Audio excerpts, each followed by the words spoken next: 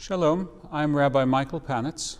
I'm the Rabbi of Temple Israel of Norfolk, Virginia, and I have the honor to be speaking to you from the pulpit of my synagogue. My talk at this time is entitled, Standing with Our Israeli Brothers and Sisters. We are now in the 5th day of the war of Israel and the Hamas terrorists. But that is just this round. We are also in the 75th year of Israel's struggle for survival in a region where all too many of its neighbors would rather kill Jews than live with them. Indeed, that murderous hatred of the Jew becomes the core of a curriculum being taught many a young Palestinian, such that the fond Hebrew phrase, tikva l'shalom, hope for peace, so oft heard from Israelis, can scarcely be imagined capable of fulfillment for generations. The news situation is fluid. Israel has prepared its counter-offensive designed to destroy the ability of Hamas to commit future atrocities, such as the one it began this past Saturday, October 7th, when it infiltrated Israel on one of Judaism's holiest holidays, Shemini Atzeret, and murdered hundreds of civilians, including those attending a music festival. Israel's worst loss of life of any one day of its history. Let me focus, therefore, on those features of this situation that were true and relevant yesterday and are so today and will remain so tomorrow. First, Israel wants to coexist with Arabs. The peace treaties Israel has signed with Egypt, Jordan, and now several other states amply demonstrates that. Those treaties show that some of the Arab states are equally ready to coexist with Israel. Second, while Israel is the one Jewish state, there are numerous Arab state and non-state entities. They are not monolithic.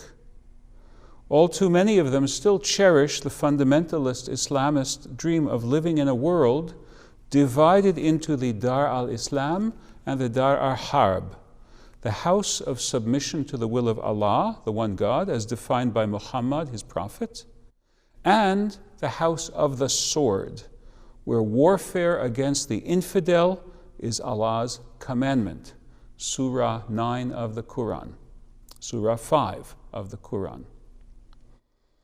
For such people, there is no acceptable religious outcome other than the destruction of Israel and the reduction of Jews to the status of dhimmi, the classical Muslim term for the subordinated minorities of Jews and Christians. This ideal makes an independent Israel forever anathema to such Islamists.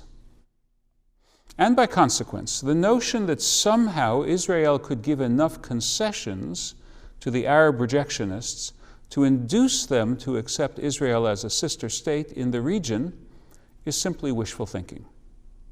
We in the West live in a more secularized universe.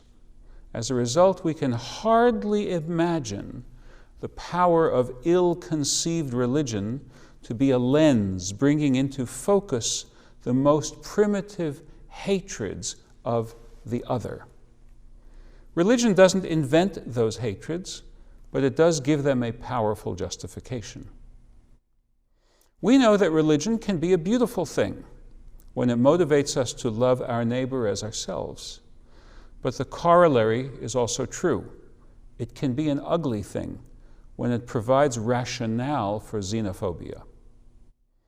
That ugliness is behind the original doctrine of jihad, meaning not as its modern apologists would have it, the struggle for self-control, but rather as the originators of the doctrine meant it, a state of permanent warfare against the infidel.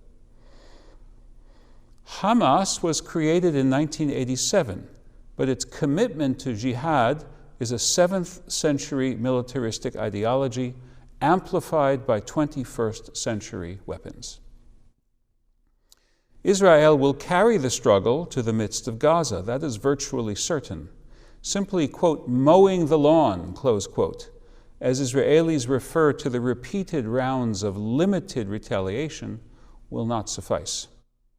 That is because the sense of deterrence that had previously protected Israelis from losses on this scale was the first casualty of the attack on October 7th. It will not heal easily. It will certainly not be restored without major work in degrading the ability of Hamas to commit atrocities. The damage to be done in Gaza is lamentable, but its ultimate authors are not the Israelis. It was unleashed by Hamas, which plans to use any Israeli retaliation as part of its propaganda war. Sadly, too many of us in the West are likely to be taken in by that propaganda, as we have been time after time. But thousands of years ago, the Bible knew about the actions and consequences of people such as Hamas. The prophet Hosea, chapter 8, verse 7, "For they sow the wind, and they shall reap the whirlwind." Friends, as it happens, this somber message coincides with the first weekly reading of the annual Torah cycle. I will close by reminding you of the second verse of the book of Genesis. V'ha'aretz hayta tohu vavohu v'choshech al pnei tehom.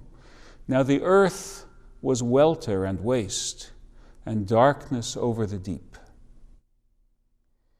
The earth was chaotic.